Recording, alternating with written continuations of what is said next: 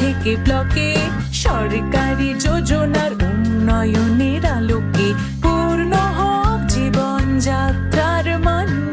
সম্পূর্ণতা অভিযান, সম্পূর্ণতা অভিযান। দেশের পিছিয়ে পড়া প্রশাসনিক ব্লকগুলির মানুষের জীবনযাত্রার মানোন্নয়নে ও সরকারি প্রকল্প সঠিক বাস্তবায়নে শুরু করা হয়েছে উচ্চাকাঙ্ক্ষী ব্লক কর্মসূচি।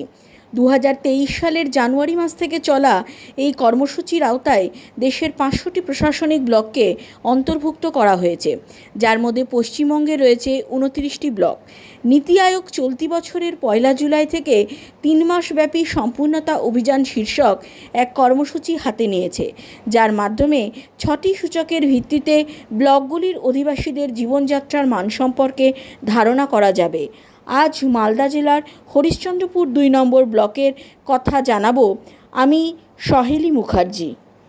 প্রথম ত্রৈমাসিকের মধ্যে প্রসবপূর্ণ যত্নের জন্য নিবন্ধিত গর্ভবতী মহিলাদের কত শতাংশ, ব্লকের লক্ষ্যবস্তু জনসংখ্যার বিপরীতে ডায়াবেটিসের জন্য স্ক্রিন করা ব্যক্তিদের কত শতাংশ, উপর্যুপরি ব্লকের লক্ষ্যবস্তু জনসংখ্যার বিপরীতে উচ্চ রক্তচাপের জন্য স্ক্রিন করা ব্যক্তিদের কত শতাংশ এবং সর্বোপরি আইসিডিএস প্রোগ্রামের অধীনে নিয়মিত পরিপূরক পুষ্টি গ্রহণকারী গর্ভবতী মহিলাদের কত শতাংশ, তা আমাদের জানাচ্ছেন deputy CMOH3 doctor Sabyasachi Chakraborty.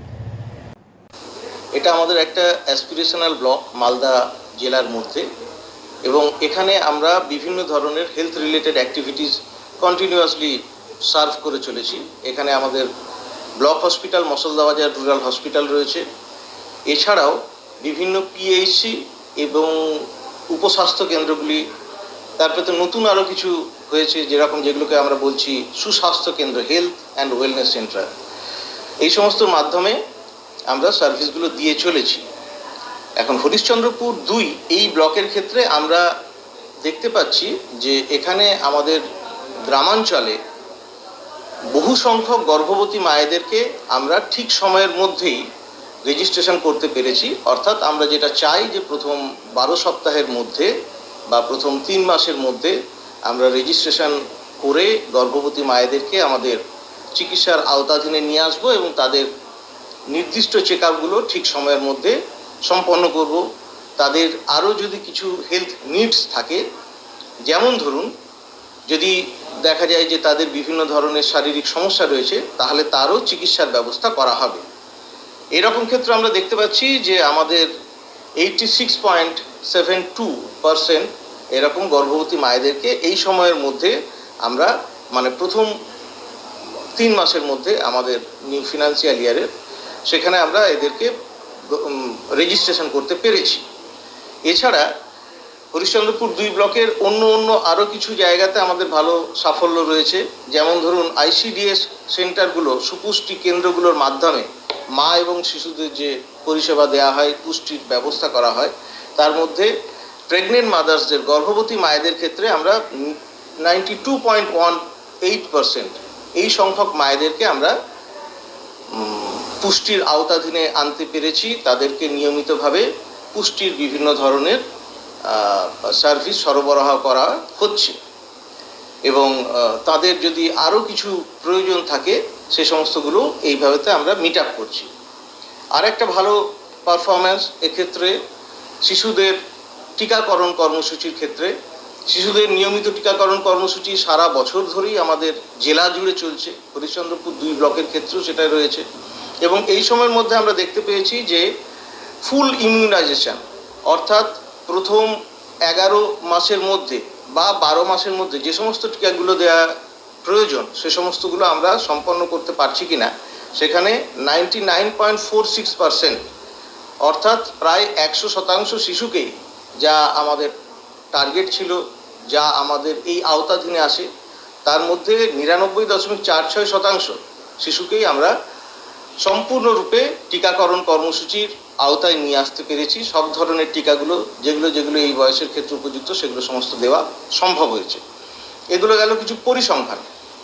ব্লকসগুলোতে বা সামগ্রিকভাবে আমাদের জেলা জুড়েই আমরা আশাকর্মী এবং আমাদের আইসিডিএসের যে সমস্ত কর্মীরা রয়েছে, অঙ্গনওয়াড়ি ওয়ার্কার্স, তাদের বিভিন্ন ধরনের কর্মসূচির মধ্যে দিয়ে আমরা স্বাস্থ্য ব্যবস্থাকে আরও বেশি করে স্ট্রেংথেন করার চেষ্টা করছি বা স্ট্রেংথেন হয়েছে।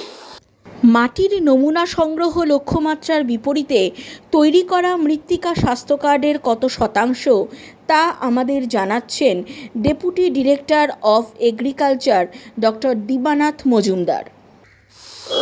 সয়েল হেলথ কার্ড পশ্চিমবঙ্গ সরকার এবং ভারত সরকারের যৌথ উদ্যোগে আমাদের মালদা জেলায় যে টার্গেটগুলো ছিল আমরা সেটা পূরণ করেছিলাম। হরিশ্চন্দ্রপুর টুয়ে আমাদের সয়েল কালেকশন ছিল 837টা মতো, সেই মোতাবেক 837টা সয়েল হেলথ কার্ড আমাদের জেনারেট হয়েছিল এবং আমরা সেটা পুরোটাই ব্লক লেভেল পর্যন্ত পাঠিয়ে দিয়েছি।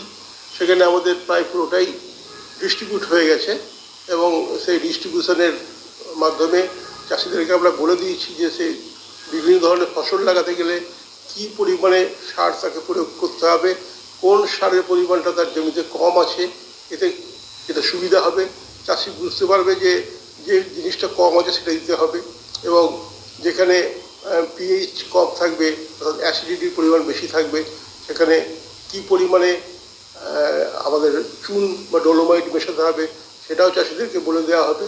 তাছাড়া আমরা ওখানে দেখতে পাবো যে জৈব পদার্থ যেটা খুব প্রয়োজনীয় আমাদের চাষবাসের ক্ষেত্রে, সেই জৈব পদার্থের উপস্থিতি কতটা আছে সেটা জানান দেওয়া থাকবে এবং বিভিন্ন ধরনের যে উপাদান একটা ফসল উৎপাদন করার জন্য দরকার হয় সেগুলো সমস্ত কিছুই আমরা এই সয়েল হেলথ কার্ডের মধ্যে চাষিদেরকে জানাতে পেরেছি এবং আশা করছি এই সয়েল হেলথ কার্ডটা চাষি ভাইরা হাতে পেয়ে তাদের এটা পরবর্তী চাষবাস সুষ্ঠুভাবে করতে পারবে এবং আমাদের সরকারের তরফ থেকে বলা ছিল যেন এই যে আমাদের আমন ধান চাষ চলছে তার আগে যদি আমরা সয়েল হেলথ কার্ডটা চাষি ভাইদের হাতে তুলে দিতে পারি তাহলে সেই ক্ষেত্রে চাষি ভাইরা সেই সয়েল হেলথ কার্ড অনুসারে চাষবাসটা করতে পারবে এবং তাদের যে আর্থিক সাশ্রয় যেমন হবে সেরকম ঠিক পরিমাণে সার জমিতে তারা প্রয়োগ করতে পারবে।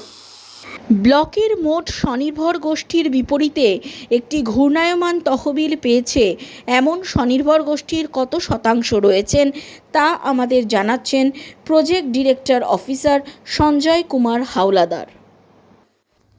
আমরা মালদা জেলায় প্রত্যেকটা ব্লকেই আমরা যত সেলফ হেল্প গ্রুপ এলিজিবল আছে তাদেরকে আমরা রিভলভিং ফান্ড দিচ্ছি। তার মধ্যে হরিশ্চন্দ্রপুর টুয়েও আমরা এই এক্সারসাইজটা কমপ্লিট করেছি, যেখানে আমরা as per our database NRLM database 874 জন এলিজিবল ছিল, কিন্তু আমরা তাদের মধ্যে থেকে সবাইকেই আমরা ডেকেছি। তার মধ্যে দেখা যাচ্ছে যে কিছু লোক অলরেডি টাকা পেয়ে গেছে এবং 474 জনকে আমরা টাকাটা দিয়েছি। এই মুহূর্তে কোনো এলিজিবল এরকম সেলফ হেল্প গ্রুপ নেই যারা পেন্ডিং আছে, সবাইকে আমরা কভার করে দিয়েছি। আমরা টোটাল ব্লকের ক্যাম্প মোড করে ওদেরকে রিভলভিং ফান্ড আমরা ডিস্ট্রিবিউট করেছি। মালদা থেকে আকাশবাণী সংবাদের জন্য সহেলি মুখার্জি।